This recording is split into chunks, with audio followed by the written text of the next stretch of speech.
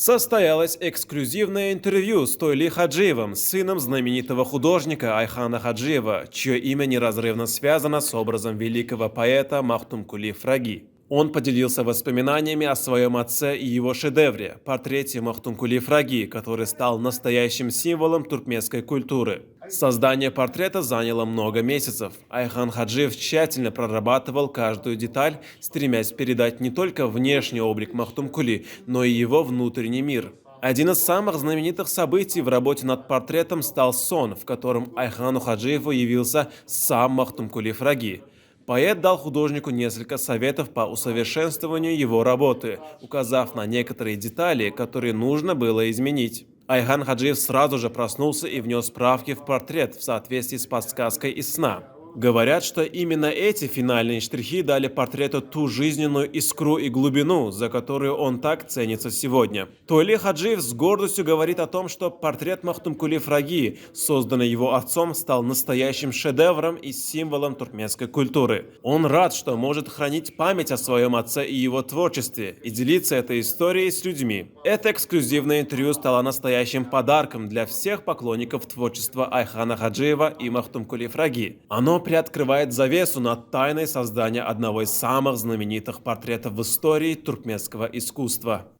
Kakam Ayhan Hacıyev Mahtumuli döretmek için katıken işleri diye sol ödüne alağadını uyup son menniya son hükman döretmeliyipten on yaşlıktan hüvet edip suratlarını, zatlarını gözle perhileri eskileri zat edip şunalakı ken gözlevde olan giyeceğini işlep ondan yakı 4-5 tane şulara bolayda diye ne alak edip yani işler oturmakta ondan ahirin düşünüyor ki Mahtumuli Prag'ın ruhu geliyordu. Han oğlu katken kötüneyen men görüp oturuyorum ya. Sen ya öyle diye men şunala raktırın ipten bir siratlı zatlı şeyler var. Oğlan adam diye gelip diye men ölen guruluşa menim sen Mahtumulum diysem o men Mahtumuli diye. Ne diye sen ya o bir çekenin bana men de jegem mola deyiptir deray. Sonya braçkını telpeceğim şunala sen braçk murtun sakalın men kâlesen men edil özüm bolyanıp yani ruhu Mahtumuli kakım ölen guruluşup düşündü.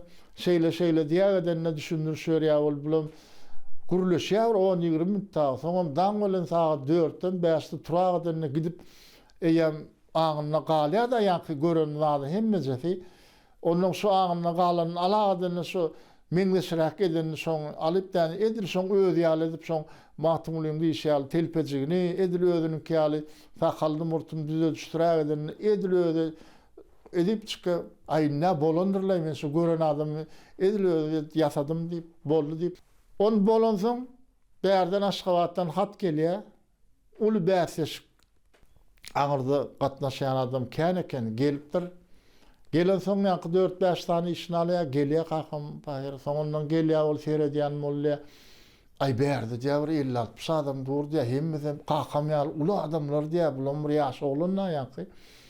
Onun diye be ay bulan işlerini koyup durur. Yüzlep iş var diye.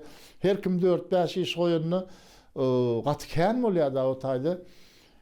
Onun ağırdanım kamise geldi diye ol kamise seyrediyen molla be. Yeka Türk bölüm yokken bular biliyem ki Mahtumul zat deyip öz yanımdan fikir ettim molla.